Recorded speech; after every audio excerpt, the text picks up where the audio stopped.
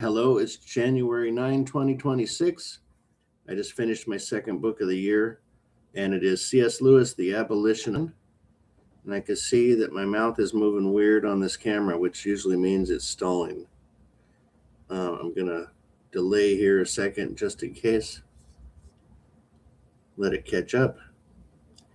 This is the author of Chronicles of Narnia, which previously I've reviewed all of those and several other C.S. Lewis books. And he is a Christian author, and this is more about ethics than Christianity. At the beginning, it was very kind of hard to figure out what he was talking about. It came across as a little bit bitchy and kind of annoyed me at the beginning. But as time went by in this, I started to figure out what he was talking about. And I did not look up the background of this book before I started. I just dove right in. But it became clear by the end what the point was. It's about society and rules, and that you can't just do whatever you want to because it affects everybody else.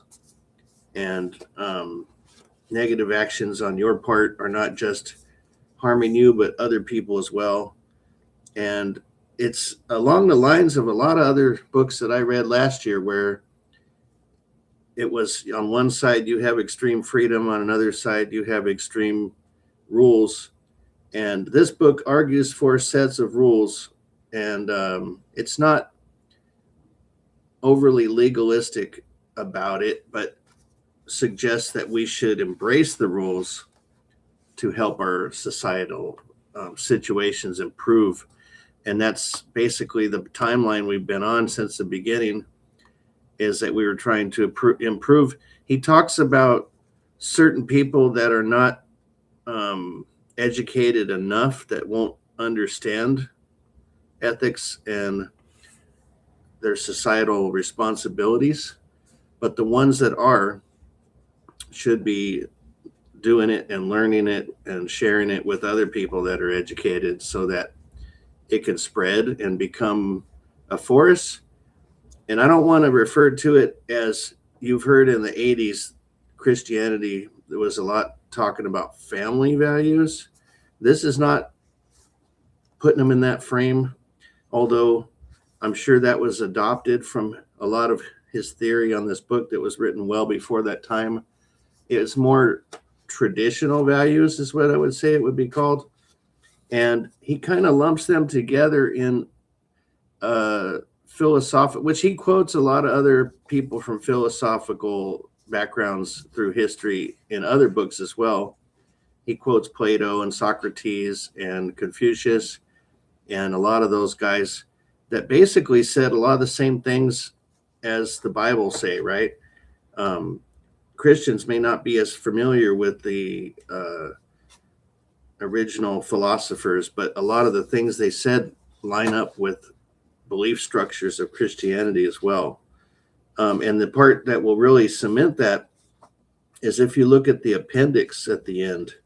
Before I go to that, he defines system of rules as the word Tao, T-A-O, which is obviously Asian in background, and I believe comes from Confucius. And that means the way. The word Tao means the way. So the way implies this is the way that humans should act and live. And again, at the appendix, a lot of the things that are very effectively discussed, showing side-by-side quotes from different sources, not only in Asia, but in Egypt and India. And I'm going to go down the list of things that are universally agreed upon amongst all these cultures. The first one that they earmark is the law of general beneficence, and is talking about not killing people and why you shouldn't do it. And then from the negative angle and the positive angle, the things that you get from not harming other people. The law of special beneficence is the second one. And again, there's quotes from all kinds of different sources of different cultures. Duties to parents, elders, and ancestors is number 3. That's pretty universal. I missed number 4 here. Number 5 is the law of justice, which is a basis for our court system. 4 is duties to children and posterity. So you're trying to become better for your future generations. And let's see what number 6 is. The law of good faith and veracity. And number 7 is, man, these pages are sticking together here. The law of mercy. The law of magnanimity.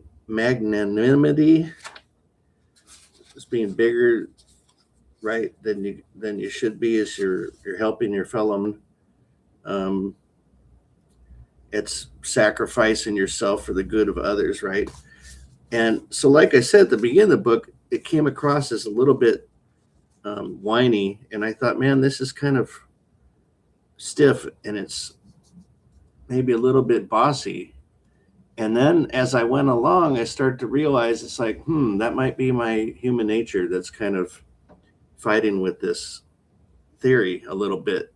It makes you go back in your own life and stuff, in your own nature, and perhaps it's in our culture to be so free that we don't want to, follow as many rules. America's kind of a free-for-all now. But I remembered a time when I was at church as a kid, and it was before Christmas. And the children's ministry, they wanted all the kids to go up there and read a Christmas verse in front of the main church. And I didn't want to do it because I've always been kind of a free spirit and felt like you're forcing me to do something I don't want to do.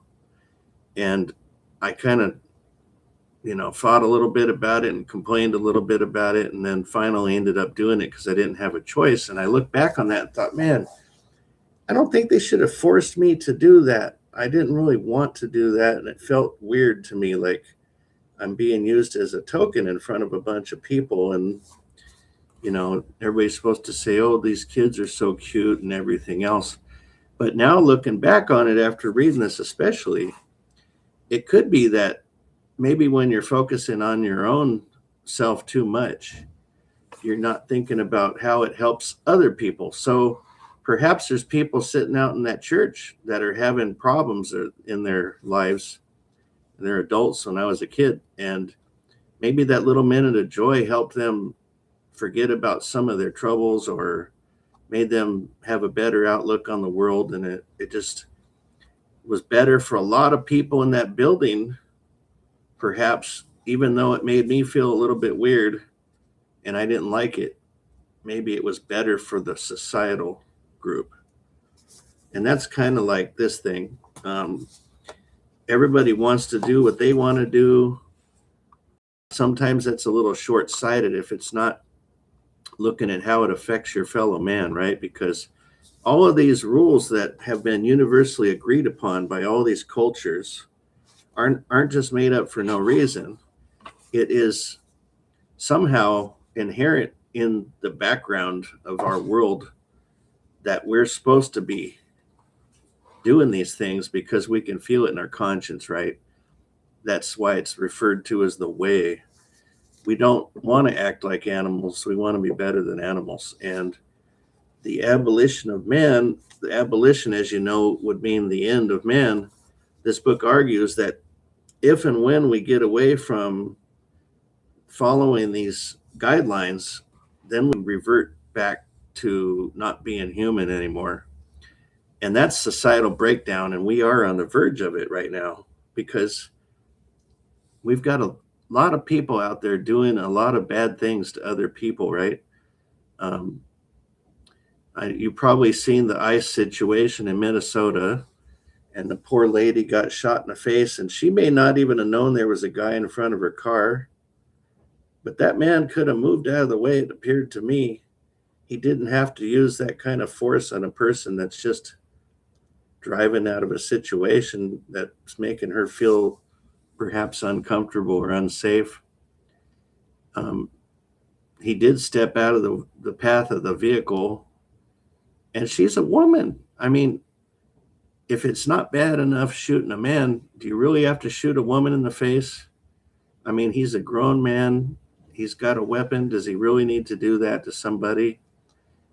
I mean, if they're going to have to apprehend her later, do it at her house, pick her up when tensions have kind of, lessened. I don't think you need to put the final exclamation point on a situation that's relatively minor.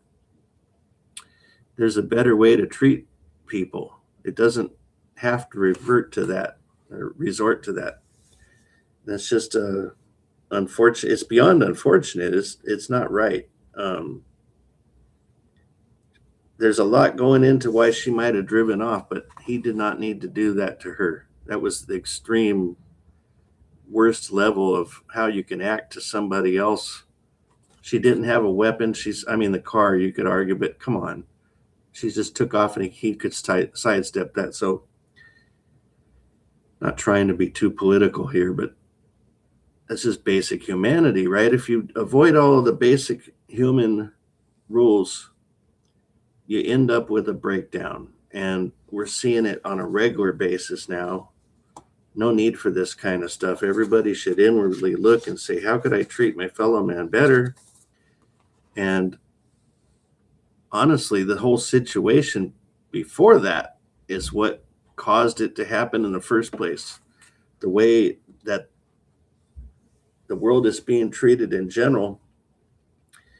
The United States, the richest country on earth, cut off aid to all of the foreign nations of the world. USAID was helping the poorest of the poor.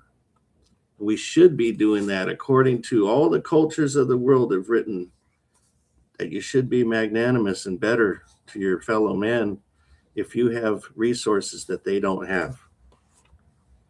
And cutting off all that money to those people and causing people to die worldwide is horrible.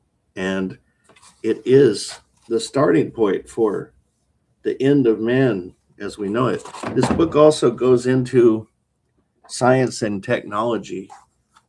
And just like the Lord of the Rings discusses the nuclear bomb, I'm sure that C.S. Lewis is alluding to that as well, being that he discusses science and the possibility that we might blow ourselves up is probably in the back of his mind. But it almost sounded too like he was talking about future scientific breakthroughs that perhaps, we've got stories of brain transplants that have just occurred, that perhaps a person could replace their body and plug their brain into another body and keep living longer. And they could grow a new body through stem cells and things of that nature so they can go on forever. This is not what the technology is meant for, not so that we can get everything that we desire, right? It's a lot of this book is desire versus doing things for the right reason, not because you're getting something out of it. So anyway, this is a book you could read several times because it is at some points difficult to understand, but it has a lot of value and it's short. And really the anchoring at the end of the appendix, it starts at page 83 and goes on for a spell, like 20 pages.